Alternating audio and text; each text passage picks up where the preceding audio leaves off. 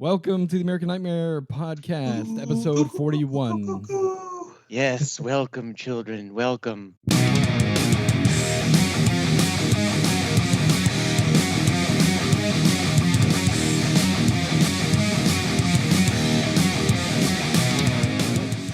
Put on your thinking caps for this episode, right? No shit. Yeah. I'm still trying to decide. Well, anyway, we'll talk about it. Yeah. All right. Let's get started with some horror news. Glenn Danzig's new movie, Death Rider and the House of Vampires, is opening in 200 U.S. theaters this Friday. Are you going? I already saw it at a premiere in Los Angeles 2 weeks ago. Did you? Yes. And? It was better than the last movie. Oh, well. Hey, that's a step up then, right? The thing Could it get worse? The thing I love about the Glenn Danzig movie so far is there's so many titties in it. You got a whole bunch of strippers to come back in it again? Tons of strippers, tons of titties. It's, you can't have a Glenn Danzig movie without titties. In that one too, though, right? Lots of big players in this movie. Yeah. Really? Like who? Dude, I can't remember names. Like anyone I know? Eli Roth. Yeah, for sure. Oh, really? Eli Roth? Eli Sweet. Roth.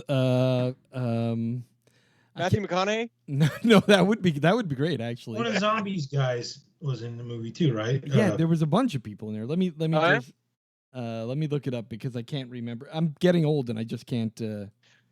So, was there any kind of special stuff that went on because you saw a premiere or? There was a lot of stars there. There were a lot. Oh, dude, there were a lot of porn stars there. Really? Yeah. Because they were in the movie. They went to see themselves in the movie. Well, even the ones that weren't there. Oh, Joanna Angel. Do you know who that is? Yes. She was there. I like her. Yeah, her. I like her a whole bunch.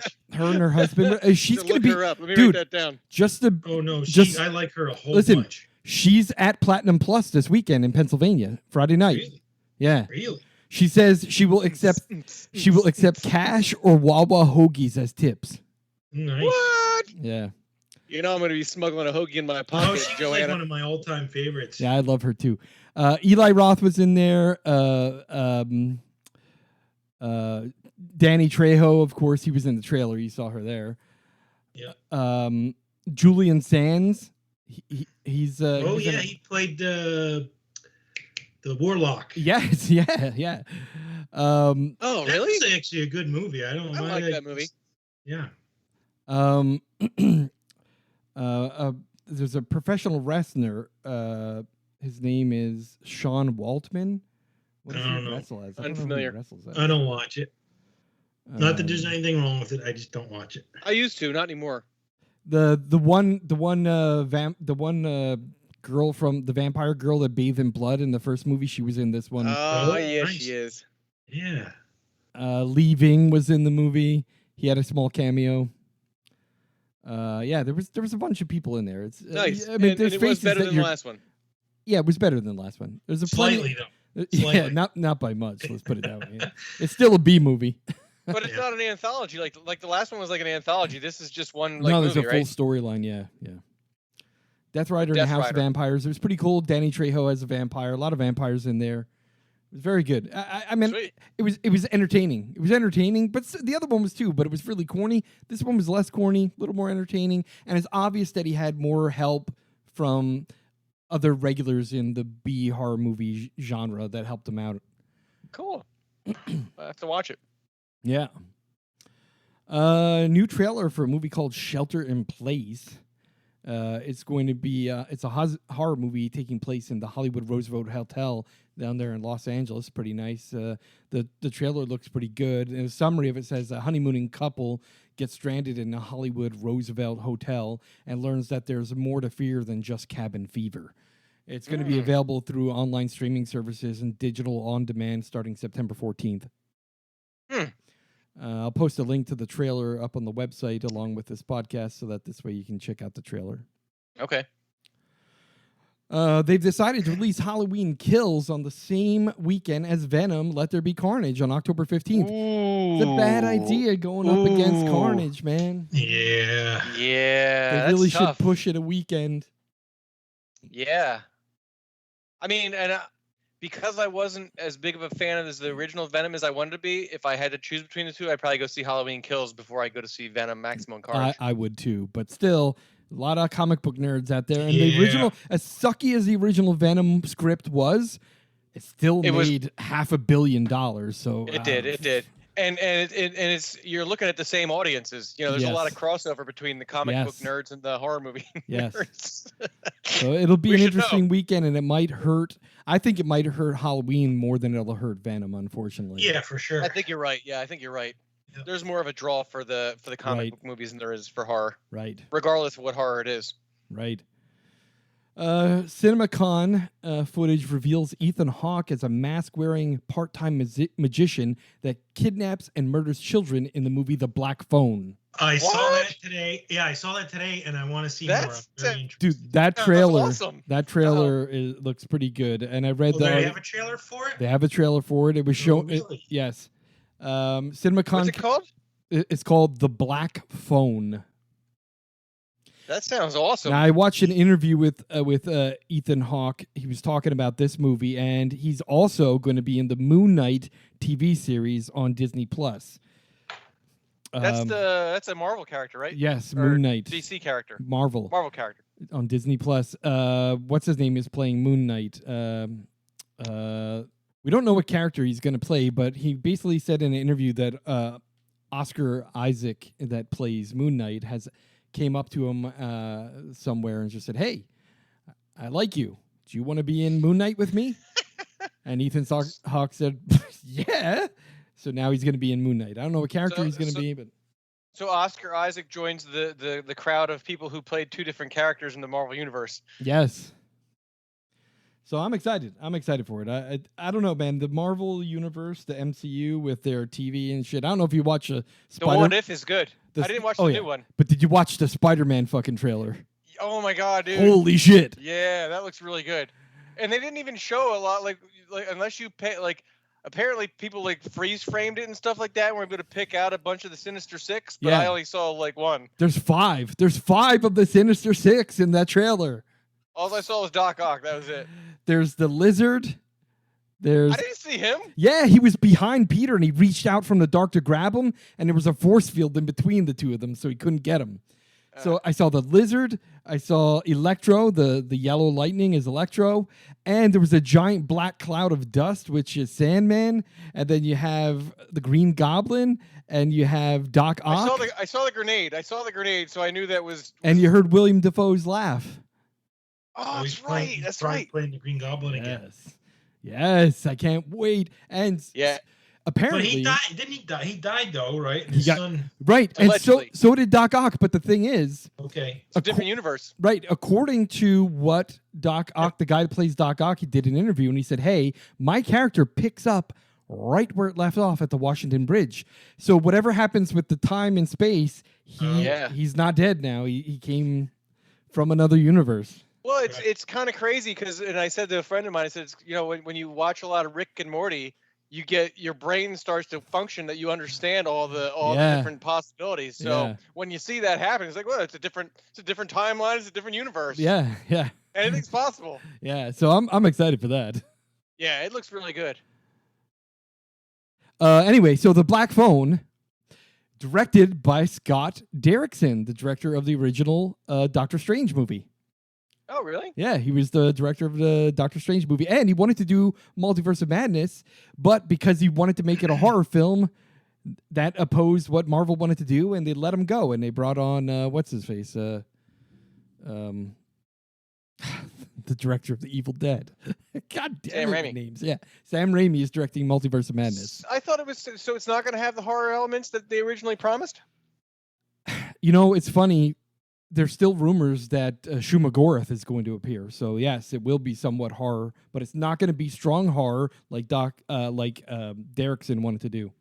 Oh, well, I'll still watch it. Yeah, but the problem is, got to remember that the Marvel universe is PG-13. It's very scrubbed for families. Yes, correct. Yeah. Director Michael Chaves reveals demon cut from The Conjuring, The Devil Made Me Do It. Apparently, there was a demon role that was filmed in there that got cut completely from the film. The demon, you only got to see him under the waterbed for that one moment. Well, they actually planned to make that a full-blown character that could be part of a spin-off. Well, yeah, I think that movie is definitely missing something. I wanted to like it a lot more, and I think that's probably what it was. Yeah, they cut a whole fucking character out of it. Then why the hell would they do that? Yeah. The Devil Make Me Do It director says it previously revealed that the initial plan for the movie included a demon with spin-off potential. He shared a few fascinating details about how the demon on the Bloody Disgusting website, they did a live tweet interview with him and a watch party of the movie, and he revealed that they cut an entire character that was filmed for the movie and removed at the last minute. Huh. The demon would have worked with the occultist, the human antagonist, but the inclusion of this character seemed to overcomplicate the narrative, so he got exorcised from the final cut of the film. You know what? I got to say, though, there's something to be said about not overcomplicating the narrative. Yes. I'm just going to throw that out there right now. Yeah, but it might have made the movie a little better. But I guess at the director's behest, they're like, you know what? This final cut doesn't look good. Let's yank that character out. Then they did a mishmash and change up the whole script. And I'm sure that's part of what fucked up the final cut of the movie. Yeah, it's true. I don't know if you guys saw it, talking about horror movies, Marvel, and video games.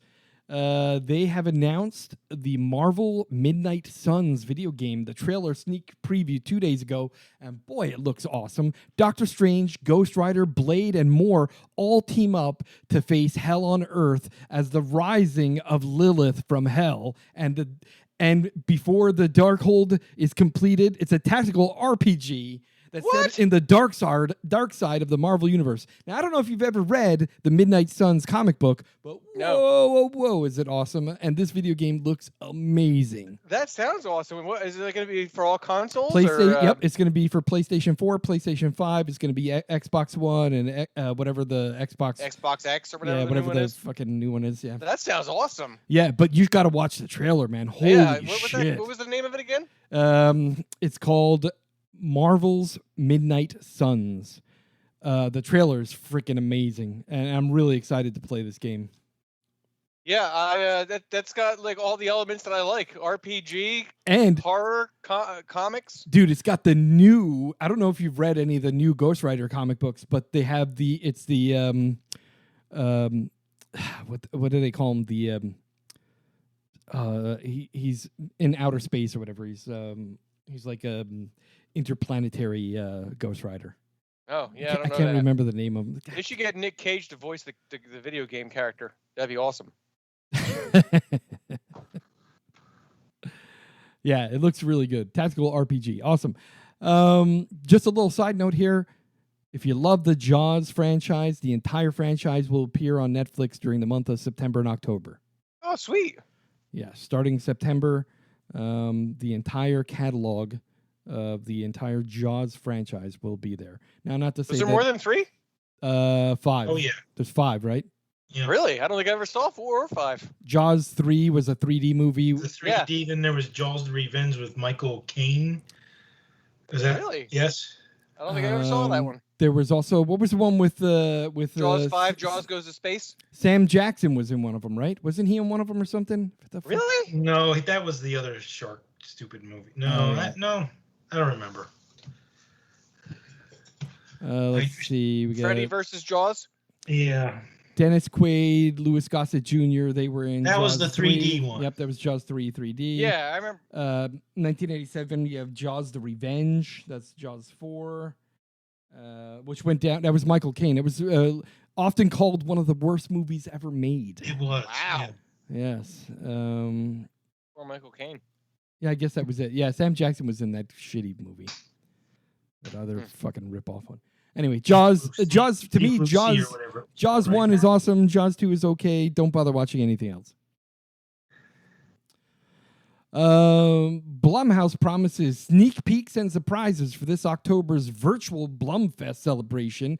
I'll put the link to the website. Blumhouse is having Blumfest in the next couple months here. We got Blumfest. It's an annual event for Blumhouse fans. Returns this year virtually for a second year in celebration of the company's favorite holiday, Halloween. Nothing jumped out at me last year, but I'll give it another shot. This year's event will feature conversations with filmmakers, actors, upcoming Blumhouse films, and the new television series with plenty of surprises and sneak peeks for fans.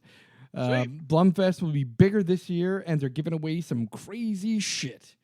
Nice. If you're feeling lucky and have a chance to win some prizes, movie tickets, one-of-a-kind autographed merchandise from famous Blumhouse films, and it may be your chance to pitch your movie or your idea to Blumhouse VIPs and get your movie made. I might have to go. All right. That is all I got for news. Is there anything from you guys? Just a couple things for me. I saw that the Candyman remake was certified fresh on Rotten Tomatoes. Yep, that opens tonight. And the trailer looks great, and it's gotten a lot of great reviews. So been waiting for a long time for this one. Yeah. The American Horror Story double feature started this week. I haven't watched the first episode yet. I usually try to give it a couple episodes, just in case it might be a good season. Yeah, I was doing the same thing. It's like I haven't watched like a full season in a long time, and I saw that it was on. I'm like, I'm gonna give it a shot because it looks pretty good. It looks like yeah, the trailers looked okay, but I was like, yeah, I got duped by those trailers before. Yeah, true. Sort of give it like a Salem's Lot vibe off of it. Yeah. We'll see what happens. Plus, they got that American Horror Stories out now too, which is like just short individual weird. stories. I think that one's also, weird. I think I posted it on the Facebook page. Have you guys seen Wellington Paranormal? Yes. I just discovered it on HBO Max, like just trying to find some shit. And it's Taika Waititi, and it's the two cops from the original movie. Yes. And it's a series based on them, and it's hilarious. Yeah, we actually talked about this a few months back. If you look back on some of our older episodes, we had a conversation about it coming to HBO. Yeah. Yeah, it's great. Yep. Like I've watched 2 episodes so far, and it's just like that humor is just great. I love it. It originally aired as a New Zealand TV show. Yeah. Yeah, and apparently they're in line for a 4th season. Plus, speaking of the What We Do in the Shadows season 3 starts next week. Next week, yeah. Oh shit! Yep. Yeah. Awesome. Very good. That's it for me. Yep. Craig, you should check that show out. Chapel Wait. It's on Epix. I don't have Epix, but that looks pretty good too. Yeah, I had Epix for one movie, and then I got rid of it because it was a free week. It's a Stephen King. Based off of Jerusalem's Lot. Interesting. But Adrian Brody's in it. Oh, you know what? I did see that trailer, and I thought it looked pretty good. I like him. Like it's on Epic. It's called Chapel Wait. And gonna have to find somewhere to illegally download it because I'm not buying Epics. Yeah, no, I'm with you. I know. I'm with you on that one. I just did Paramount Plus, but I dropped Stars to pick up Paramount Plus. See, and the thing is, I got to pick up Showtime because of the new Dexter season is going to be starting. They get you one way or another. Yeah, you got to watch Dexter. I know you said you haven't seen it yet, but you got to, dude. You got to. The problem is that there's so much other shit that I'm watching. Like try to shoehorn I've heard so many great things about it. But Dexter is one of those shows when you start watching it, that's gonna be the thing you're gonna want to binge. All right. I'm gonna try to fit it in sometime between now and the next show. I guarantee you I'll at least have watched one episode. All right. I'm watching it. I'm putting it down right now. Watch Dexter. I can't believe you didn't watch it when it was originally out because it's social media stuff that went on during that time. People were sending memes around and shit. Well, I know, but it was on awesome. it was on Showtime, right? Right. Yeah. And I didn't want to buy another $10 add-on. Yeah. That was it. Yeah. That was really all it was. All right. Let's move on to the top 5. Top 5 this month. Top 5 John Carpenter movies. Now, I'm assuming this is going to go under directed, written, whatever. If John Carpenter's involved, it's I tried to stick to horror, obviously, but he did make a lot of good non-horror movies too. But yes, I tried to stick to just to horror, movies. though. Horror, yeah. This time around is Craig Sal. Okay. So my number 5, and this movie got a lot of crap when it came out, but I thought it was a great movie, Halloween 3. Oh, it was a great standalone film. I'm with you. And I didn't think he was in. I learned actually a lot about John Carpenter doing this list, but I didn't think he was involved in that one. But. Yeah, he wrote it and helped produce it. Okay. Yeah. Yeah, so he because we had this conversation before. Originally, the idea for Halloween was every movie was going to be a totally different story. And because of the original Halloween was so popular, they wanted him to make a sequel, which he didn't really want to do. So then he helped make the third one, which was kind of what he wanted to do. Yeah. But because it wasn't Michael Myers, people were like, "What the hell is this crap?" And it was quickly abandoned. I still watch that one. I like it too, Chris. It's a good story. And one of the internet horror things, you can actually buy those masks now. Yeah, which I don't think I would do though. I'm scared to buy the mask. I don't want to put it on and have my head get spiders and shit crawling out my ears. Coming out your eyeballs. Yeah. Number 4, The Fog, which was I thought a great movie, and he uses a lot of the same people in his movies. I've found. Yes. Which is cool. I think Zombie I think emulates John Carpenter in a lot of ways. Yep. Number 3, In the Mouth of Madness.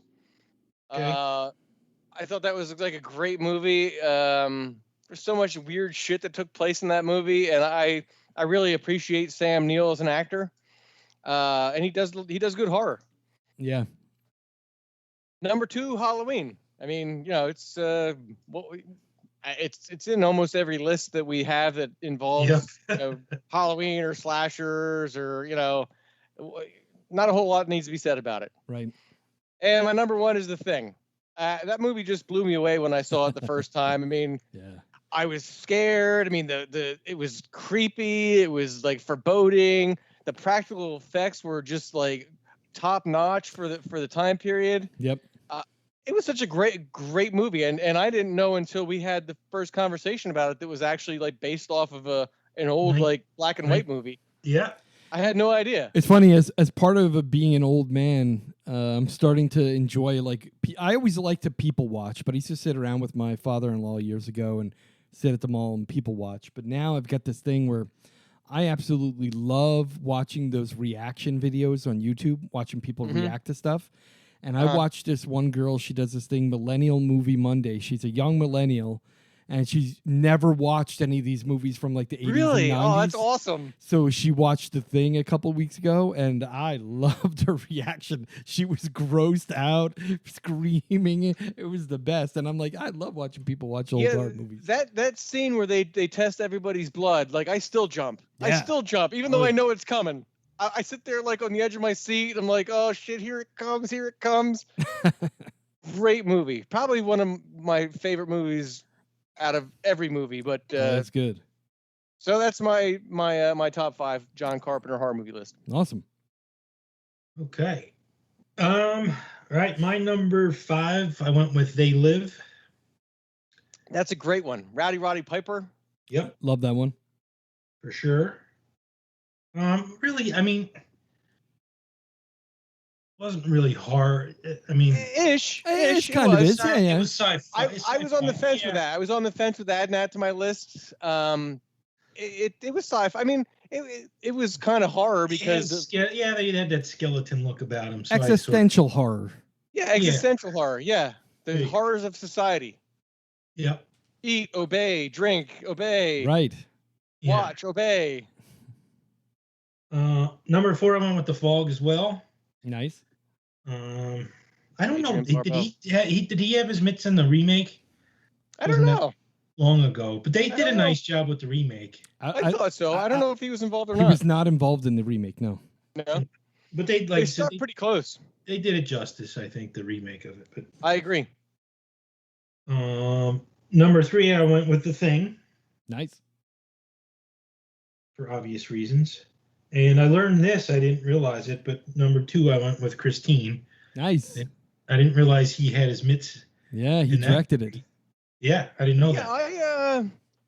I never got into that. I tried. I don't know. That movie. I'm not a car guy, so maybe that's what it was. I don't know.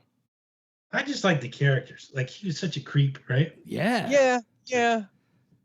And the way he transformed from like the nerdy dude to at the end, he had the black rings around his eyes. He was just like fucking. So yeah, nuts. I mean, he was really the monster. It wasn't a car. You know what I mean? Yeah. Yeah, I know. I'm not sure what it is. I watched it like twice growing up, and it was just Yeah. All right.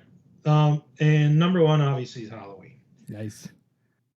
You can't not have that. No. Let me tell you, there's a lot of overlap in all of our lists today. Yeah, I got some honorables. I went Prince of Darkness. It's a good one. Yep. And the Mouth of Madness, like Chris had Nice. that on his list as well. But All right, my number 5, The Prince of Darkness. there you go. I just love Alice Cooper in that movie. Like, Yep. And it's funny. He's like Donald the homeless Pleasance, guy, right? yeah. Yeah. and Donald Pleasance plays kind of the same character he does as Dr. Loomis. Yeah. You know, it's basically the same. Like they're interchangeable. Yep. My number 4 is Christine. Nice. I watched Christine as a kid, and it made a massive impact on me. And I have the Blu-ray collector's edition because I love that movie. Really? Yeah, love it. My number 3, In the Mouth of Madness. Another just a fantastic movie. I really love that movie. Very Lovecraftian. Absolutely. That cosmic horror shit fucking really gets you. It does, definitely. My number 2, Halloween, the original. Like, we should have just carbon copied some of these lists. Yeah. Yeah, we haven't talked to each other since last show, listeners. So, you know, I mean, obviously you're going to get some of the same movies because there's not. Yeah, his list wasn't as big as. Right. I mean, he wrote a bunch, he directed a bunch, he wrote and directed a bunch, but his list is not that big. Well, he did a whole lot of other stuff besides horror. Like I loved Big Trouble in Little China. That's one of my favorite movies of all time. But it's not really a horror. I mean, there's some horror elements to it, but as a whole, it's not. Or Escape from New York. That's another. Yeah, another great movie. Awesome movie, but it's not a horror. Not a horror, right? And my number 1, The Thing. Such a great. Over October, I'm planning on doing a lot of like rewatching of old ones, and that's definitely gonna be on the list. I've got a couple honorable mentions. On my honorable mentions, I wrote down The Fog. I wrote down They Live. So, 2 very good ones. They Live is a fantastic. I have that on Blu-ray too. But I'm here to do 2 things: chew bubblegum and kick ass. All out of HBO Max right now too. If anybody's interested, is it? Yeah, it's on HBO Max again. Yep. I have to watch that. Or is it Peacock? It's one of them. I don't know. Yeah, I know. Well, I think it's one or the other. So if anybody wants to, if they haven't seen it, you go like I said, it's either Peacock or HBO Max, but it's They Live. Fantastic. All right. Let's talk movie review. This month we are reviewing the movie The Empty Man. Now let's talk a little bit about The Empty Man before we go into our review of it. The Empty Man has a 39% by viewers on Rotten Tomatoes. It has a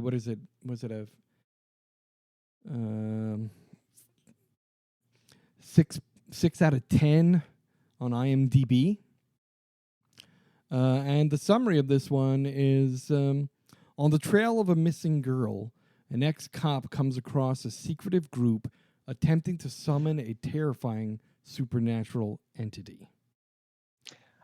I gotta say, like, I after I watched the movie, I just read a little bit about the movie, and it did dirty. Yeah. It got caught up in that Disney purchasing Fox thing, and then the pandemic, and the whole release schedule got messed up. I told a friend of mine who listens to the show, I said the trailer does not do the movie justice. No, the trailer looks like it's a teen slasher. Yeah. It does. It totally cuts out other aspects of the film, and from the trailer itself, you're not going to get the movie. And if you look at the poster, it just says the first night you hear him, the second night you see him, the third night he ends you, the Empty Man. And to me, I'm looking at it going, is this like a Slender Man? Slender Man, thing? right? Slender Man, like I was thinking like Candyman. Yeah, it's like a whole Bloody Mary, like one of those like urban myth type movies that is which teen. To be fair, it was an element of the film, right? But one of several elements. But it goes much deeper. It does. It does. Yes, it does.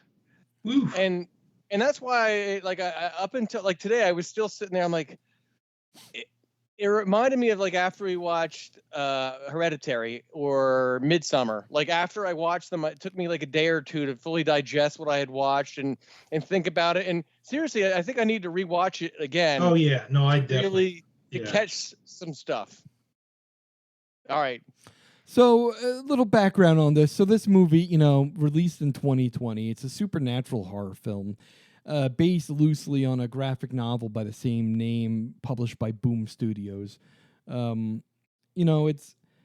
follows an ex-cop. He's doing an investigation on a missing girl that happens to be the daughter of a woman that he had an affair with. A neighbor. Yeah. Right? Yeah. Like neighbors. Allegedly. Yeah. Yeah. Originally, it was filmed in 2017. It got really poor scores at test screenings. It was going to be distributed through 20th Century Fox, which they threw a lot of money at the movie too. It was pretty big budget. Right? Yep. Was theatrically released in the United States on October 23rd, 2020. Which we're in the middle of the pandemic, all that crap. It got done dirty. Yeah, its earnings were really, really poor. It did not do well at all. The budget was like $16 million, and the box office take was only $4 million. It really got screwed over a number of things, really. Yeah. So let's talk a little bit about this film. And like we said, it's based on those urban myth type things with teenagers. And that's what I thought at first. And one thing I want to say is the beginning was great. Oh my God. The first 20 minutes, I was like, this movie is like crazy. Yeah, I'm like, holy shit, this is balls to the wall right off the bat. Like there's shit going. And then it kind of took a sidestep. Yeah. And then it became a 2 hour and 20-minute movie that made me look at my watch several times. Yeah. Yeah. And don't forget too, it took like 20 minutes just to get to the opening credits. Right. Yeah. That was like the thing. Like I was like, wait a minute. So wait, what? Yes. Yeah. Like, so you go through, and here's and the music was really good too. There was a lot of good stuff about this movie. There was. Well, the other thing too is a lot of the talking, the whispering and shit. Oh I couldn't fucking hear what people were saying. I had to turn on the carbon, the closed caption so I could fucking read what people were saying. Yeah, no, I know. I'm with you on that. Exactly. Yeah. But there were times when they were actually saying something and you couldn't tell unless you had the closed caption on. Yeah. And I'm like, come on, man, I got to turn it up. I know I'm getting old, but come on. But I thought the cinematography was great too. I mean, there was a lot of really good like what I really liked, like that when he found his friend in the cave in the first 20 minutes. Yeah. And you could see all the ants like crawling up out of or I guess they were ants. Like I couldn't really tell, but they looked like it was termites like really, or something. Yeah, it's just really cool. You could see like all the individual like things it was shot well. Yeah, it was shot very well. The cinematography was good. I think the main character was a great actor. He did a great job. He was in Lost, I think, right? Yeah. Yeah. Yep. He did a great job. That guy did a good job. I really enjoyed. I believed him. I believed his emotions. Like he was really good. Yeah. Some of the kids, yeah. Well, yeah. That's where I was like. Again, I still don't know how I felt about this movie as a whole. I liked a lot of it, and then there was parts of it I'm like, I don't like. I think they were a little bit too ambitious with trying to cram like 3 different subgenres together. Yeah, they jumped around. Yeah. They jumped around a little too much. Yep. Yeah, like if you like to me it was like they took like Bye Bye Man or like Slender Man and Hereditary and like Copycat or Seven, like a gritty detective movie, and put them all together. Yep. And they made it work in a couple spots, but in a couple spots I'm like, well, wait, like how do we just get from this to this? Like, and the thing is that at the end of the movie, I was really hoping. I thought, well, 2 hour and 20-minute long movie, it's gonna have payoff's gonna be something. It's gonna be something, and it really wasn't. Like it didn't answer many questions that came up along the movie. Like you felt like you got robbed. Like something wasn't completed in the storyline, and when I walked away, like, you know, when you look at those Ari Aster films, right? Right. When you walk away from those, you're like, what the fuck? That shook my fucking world. Yeah. But this one is like they were trying to do that, but they completely missed like a whole bunch of things. So instead of target, instead of feeling overwhelmingly shocked at the end, which you really should have, when you think about what happened, you should have been leaving the theater or walking away from your TV going, "What the fuck did I just watch?" Instead, you're like, "Wait a minute, they didn't answer this question. They didn't answer that question. They left too many things wide open that you're like, well, wait a minute, then why did this happen? Like what?" Yeah. And there was some really creepy parts. There was a lot of like creepy parts of this movie where I was like, oh yeah, like that. I was like, whoa. Like there was a couple. I was like, what the hell? Yeah. And then there was other times I was like, oh, what the hell? Like what the fuck? That was stupid. Like, yeah. It was a tough movie for me to finish. Like I was entertained by it. Yeah. And I thought it was creepy as a whole, but there was too much trying to go on. Well, I think you were right when you were saying they were very ambitious. Like they had a very ambitious goal, but the execution just didn't live up to what they were trying to achieve. And I don't know. Go ahead. Sorry. Well, and watching it, you know what their goal was. Like you know what they were trying to do, but they just missed the mark at the end. They did.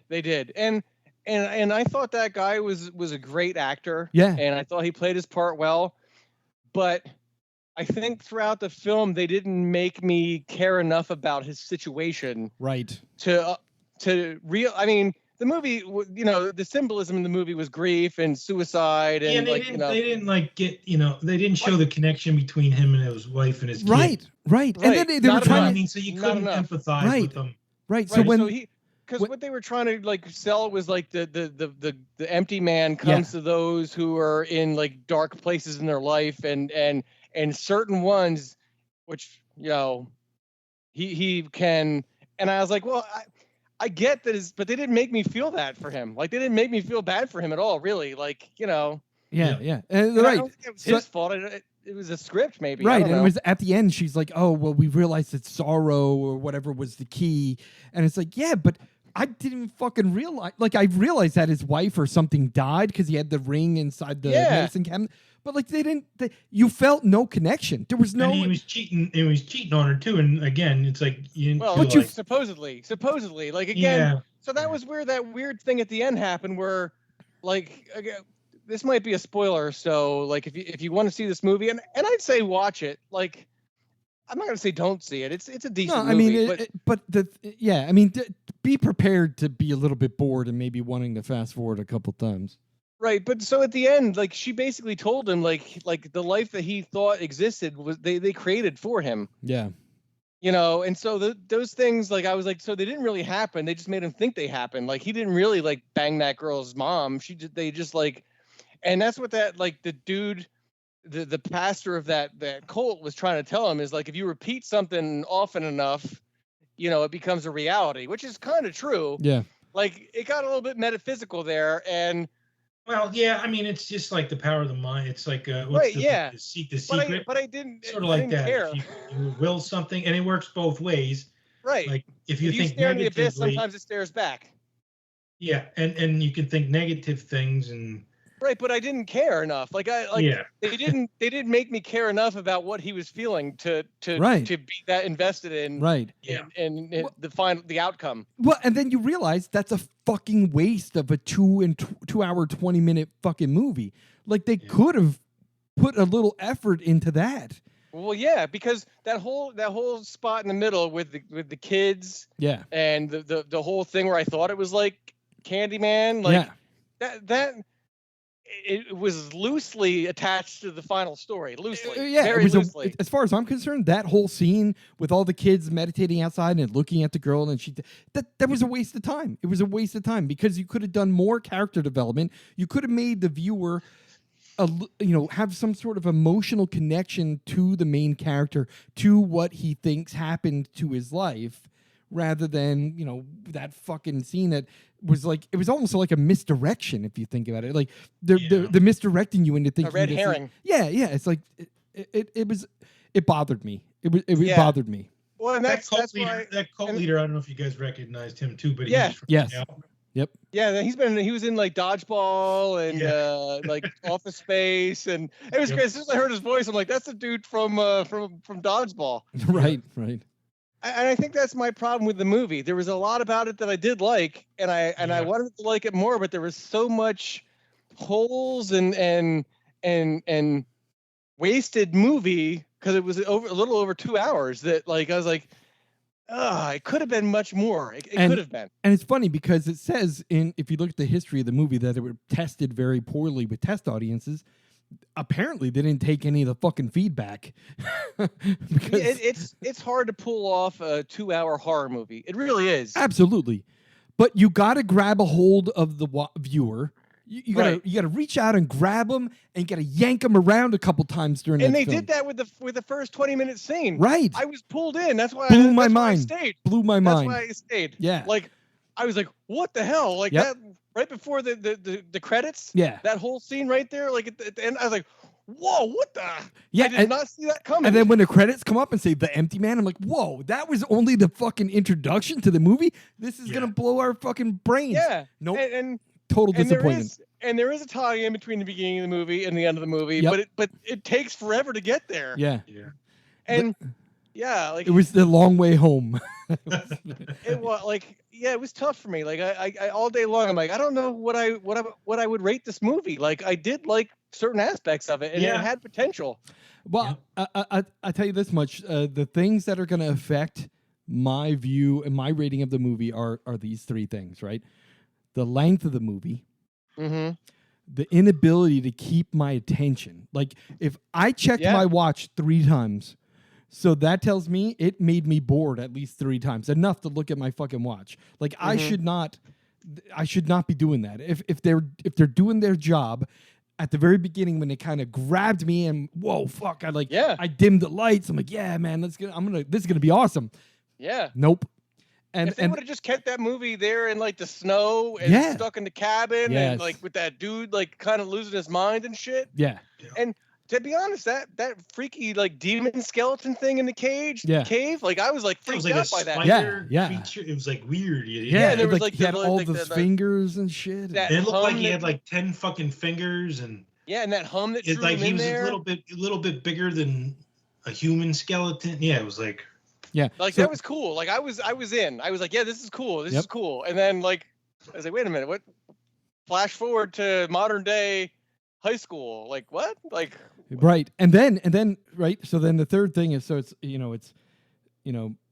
the too long of a movie, didn't keep my attention, and then just the character development. Some of the characters were just too underdeveloped, and it didn't. When you came to the end, where it should have been a little more emotional, should have been a little more connected, I didn't feel anything. It didn't. Yeah. It didn't pull me in. Like that's when you should have been like, oh shit, like in Hereditary at the end of that, because you bought into those characters. Like you like that dinner table scene where the mom and the son are like fighting. Yes, you were all bought into that, and this one didn't do that. Like there was not enough of like connection with the characters. And it seems to me that it was just wasted time because with that length of a movie, you should have been able to accomplish all those things, and they just didn't do it. Yeah, if they would have, like, I think it was like 3 subgenres. If they would have cut out one subgenre, maybe they would have had a better movie. Yep. Cut out the teen bullshit. It was great as like a detective film with some supernatural cult shit involved. Would have been perfect. Yeah. Yep. Yeah, true. But there were elements of the movie I enjoyed. So this is the first movie I think we've watched that I'm having a hard time, like, because I either usually like the movie or not like the movie, and I kind of like this movie, but there was too much about it I didn't like. Yeah. It's tough. I agree. All right, so let's just real quickly, I want to take a look here. So on Rotten Tomatoes, and I think I mentioned before, is that critics give it a 73%. They liked it. But viewers, the audience, only gave it a 39. So, with that in mind, Craig, what are you thinking? Out of 5 stars. Out of 5, I was going to go 3. Yeah, that's what I was going to say. Chris, 3 stars? Yeah. I was going to say 3. I was toiling between 3 and 3.5 all day. Yeah. But I was actually going to go 2.5 to 3, but yeah. Yeah. There was some creepy moments to it. I really like you said, that first 20 minutes of the movie was Loved awesome. it. And Loved there was that the first one 20 scene minutes. in between too, where like he wakes up and like she's whispering in his ear, like that creeped me out. Like I was like, it's like, whoa, what the hell's that? Like, but it too much going on, I think, for me. Yep. So I'm gonna go 3 too. Same here. I'm gonna go with 3 stars, and once again, it's because I really feel like it was a great plan. Obviously, their vision was grand. They just didn't have what it took to pull it off. Yeah. And I think this was this guy's first movie, right? Yeah. The director, I think I saw. Yeah. And so I think he's got potential. Yeah, I'll say this much: he should not give up. No. There's elements there that would have been a great film, and all in all, it was a good film, just not a great film. Yeah. I've seen worse. Yeah, I like you said, I'm not going to tell anyone not to watch it. I'm just going to say, Well, it's 2 hours though, so it's going to take a chunk out of your life. Yep. All right, awesome. So there you go. We wrapped this show up almost right on time. Look at that. Did you want to like go over like the viewers and stuff, or we usually hit on that, don't we? Yeah, let's do that. Let me pull that up real quick. I might have to edit out a little more. Yeah, I just started listening to the last episode. I haven't gotten all the way through it yet. Yeah, so let's take a look at this. The Golden Glove, so far we have 145 downloads. Oh, nice. And it was just published 5 days ago, so that's really good. Mandy, we've got 97 downloads. That's a lot less than the Golden Glove. I guess people were probably searching Golden Glove. Come to Daddy. That one's got over 1,000 downloads. Oh, wow. Yeah. That was a great movie. Yeah. The Cleansing Hour has 400. Thinking of Ending Things has 300. Crawl has 200. Bloodsucking Bastards has 200. Our top 10, Come to Daddy's number 1. All the Devils Are Here is number 2. That one has 591 listens. Like, I just don't understand. All the Devils Are Here? That many people like that movie? The Babysitter is number 3. Near Dark is number 4. And our first episode, Just Getting Started, is number 5. And Crawl is number 6. Huh. Better Watch Out is number 7. Bloodsucking Bastards is number 8. Who's Watching Oliver is number 9. And Pet Sematary is number 10. Yeah, we average about, it says our listenership is up 96.1% over last month. So that's nice. Cool. Thank you. Yeah. Thanks, everybody. Thank you to all of our listeners once again. So let's just recap here a little bit. I want to thank everyone, all of our listeners for listening. We have so many listeners. I love it. I'm so glad to see all of you. Tell your friends, tell your family. If you're into horror movies, we like to do movie reviews, top 5 lists. And if you have suggestions, please suggest a movie for us to review, suggest a top 5 list, or any general feedback about the podcast. Email us at feedback@the-american-nightmare.com or visit us at our website, the-american-nightmare.com. We also on Facebook. We also have a Twitter account now. Search for us on there. You'll find us. And yeah, any suggestions would be fantastic. So except go to hell. Don't tell us to go to hell. Yeah, and don't actually, you know what? If you think that we suck, you can address it directly to me. Thank you. Yeah, true.